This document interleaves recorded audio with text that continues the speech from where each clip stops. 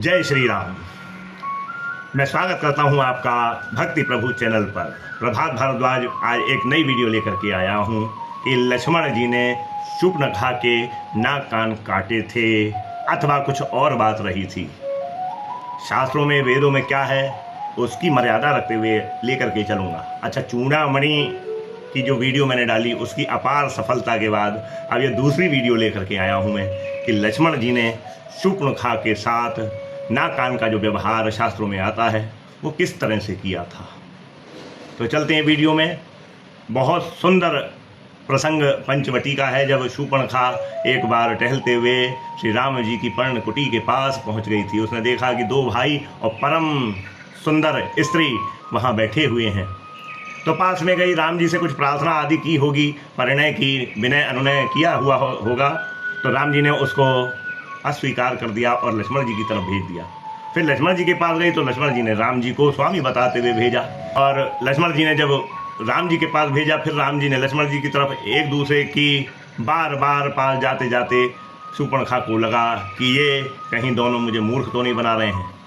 फिर इसने देखा कि ये दोनों जवान हैं, युवा हैं और सुंदर भी हैं, लेकिन इनके साथ जो स्त्री है इसके कारण ये शायद मेरे साथ व्यवहार करना नहीं चाहती। तो इसने सोचा कि अगर मैं इस स्त्री को डरा करके भगा दूं तो ये मेरे हो जाएंगे। अब इसने कुछ भयंकर रूप बनाया, रूप भयंकर प्रगटत भई। जैसे इसने भयंकर रूप बनाया और सीता जी के पास बढ़ी, तो शास्त्र हमारे बताते हैं, श्री रामचरितमानस भी बताती है, वाल्मीकि रामायण भी बताती है कि लक्ष्मण जी ने अति लाघव, तब लक्ष्मण अति लाघव नाक कान बिनु कीन, ये चौपाई, ये दोहा आता है। तो मैं इसी की मर्यादा रखते हुए थोड़ा एक बात अपने मन की कहना चाहता हूँ। श्री लक्ष्मण जी राम जी के भाई हैं और राम जी हैं मर्यादा पुरुषोत्तम। एक मर्यादा का मंडन करने आया हूँ। लक्ष्मण जी की मर्यादा देखिए यहाँ पर मैं उजागर करना चाहता हूँ। लक्ष्मण जी राम जी के भाई हैं और राम जी हर स्त्री का सम्मान करना जानते हैं और करते हैं। तो उसी रेखा में लक्ष्मण जी भी मर्यादा के ही अंश हैं, मर्यादा से बाहर नहीं जाएंगे, तो स्त्री का स्पर्श नहीं करेंगे। लेकिन फिर भी शास्त्रों में आता है कि शूर्पणखा के साथ ऐसा हुआ। तो क्या हुआ थोड़ा सा सोचिएगा। मैं लेकर के आया हूँ अपना मत कि जिस समय राम जी और सीता जी का वहाँ पर स्वरूप है, सीता जी उस समय सावधान नहीं थी, सचेत नहीं थी। सीतई सभय देखी रघुराई, राम जी ने सीता जी को डरे हुए देखा क्योंकि उस राक्षसी ने भयंकर रूप बना लिया था।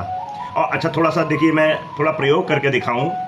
राक्षसी कुछ इस तरह से आई होगी, अपने हाथ इस तरह से और भयंकर मुंह बना करके जब सामने सीता जी की आई, तो लक्ष्मण जी ने राम जी के आदेश देने से पूर्व ही एक लंबी छलांग लगा करके, लक्ष्मण जी के हाथ में बिना फर का तीर था और उन्होंने शूर्पणखा के मुंह के आगे लगा दिया ताकि वो सीता जी के पास ना पहुंच सके।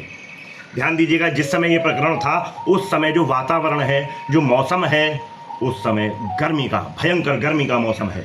और ध्यान दीजिएगा, जब लक्ष्मण जी ने हाथ बढ़ा करके वो तीर का जो बिना फर का तीर आगे बढ़ाया, तो वो बिना फर का तीर उस शूर्पणखा की नाक पे लग गया। गर्म उष्ण वातावरण में कई बार आपने देखा होगा कि हमारी नाक पर जरा सा दबाव लग जाए, कोई चोट लग जाए तो नक्सीर चली जाती है, नाक में से खून आने लगता है।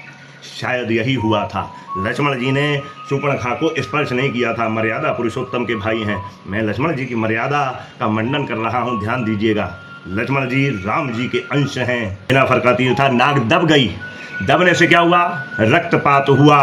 अब शूर्पणखा ने देखा हाथ नाक पे लगा करके रक्त, तो चिल्लाई। और चिल्लाई क्या, कई बार आपने देखा होगा जब स्त्रियां विलाप करती हैं, चिल्लाती हैं, तो कानों पर हाथ लगा लेती हैं। अब वो रक्त लगे हाथ कानों पे लग गए, वही रक्त कानों पे लग गया। नाक तो रक्त से लाल थी ही, कान भी रक्त से लाल हो गए। इधर लक्ष्मण जी ने रक्षा की माँ भगवती की और शूर्पणखा तुरंत भाग गई खरदूषण के पास, और कहते हैं तब तक रक्त सूख जाने वाला था, नाक कान लाल थे, धोया नहीं था इसने चेहरा, लेकिन नाक कान तो लाल थे। इसने अपने मुख पर एक नकाब लगा लिया, एक मास्क लगा लिया और कहने लगी कि जंगल में दो भाई आए हैं, उन्होंने मेरे नाक कान काट दिए। अब राक्षस होते ही मूड बद्धी हैं, जरा सा खून क्या नाक पर कान पर लगा देखा दूर से तो जान गए कि मेरी बहन सही कह रही है। कोई जांचा परखा नहीं, लड़ने आ गई। राम जी ने उन्हें मार डाला था। तब से शूर्पणखा के इस झूठ पर पर्दा डल गया। शूर्पणखा के नाक कान नहीं कटे थे, केवल नक्सीर चली थी। जो आजकल के ज़माने में कई बार नाक पे दबाव लग जाए तो खून आ जाता है। आप जरा सोचिएगा, लक्ष्मण जी महान हैं, राम जी के भगत हैं, राम जी के सेवक हैं, मर्यादा पुरुषोत्तम की मर्यादा में रहने वाले हैं, किसी स्त्री का स्पर्श नहीं करेंगे और राम जी की आज्ञा में है। राम जी ने कोई आज्ञा दी नहीं थी, बस केवल सीता जी को बचाने के उद्देश्य से और प्रेम भाव सीता जी के चरणों में बना रहे, इसलिए सेवा करने के उद्देश्य से ये कृत्य हुआ। मैं अपना मत बता रहा हूँ। नाक कान बेनुकीन, नाक कान का मतलब होता है श्रुति और स्मृति। वेदों की मर्यादा में लक्ष्मण जी ने शूर्पणखा को श्रुति और स्मृति से हीन किया था, नाक कान से हीन नहीं किया था। नाक को स्मृति कहा जाता है और कान को श्रुति कहा जाता है। खून लग गया था, इसलिए शूर्पणखा ने ये व्यर्थ का झमेला बना दिया और उल्टे सीधे झूठे वचन कह करके राक्षसों को भड़का करके, राक्षसों का तो अंत होना ही था, लेकिन शूर्पणखा का ये झूठ काम कर गया। और तब से राक्षसों ने एक ही बात पकड़ ली कि किसी का भी अपमान करना हो तो उसके नाक कान काट दो। एक परंपरा राक्षसों ने चला दी नाक कान काटने की। राम जी के भगत कभी नाक कान नहीं काटते। हालांकि सुंदरकांड में भी आता है, श्रवण नासिका काटे लागे, राम शपथ दीने हम त्यागे। तो श्रवण नासिका का भी ये राक्षस कह रहे हैं कि हमारी नाक कान काटने लगे। राम जी के सेवक कभी ऐसा नहीं करते। राम जी के सेवक सच्चा दंड देते हैं राम जी की आज्ञा से, ऐसा कोई कुकृत्य या कृत्य नहीं करते। यही वीडियो लेकर के आया था। शूर्पणखा के नाक कान नहीं काटे थे, श्रुति और स्मृति से हीन किया था।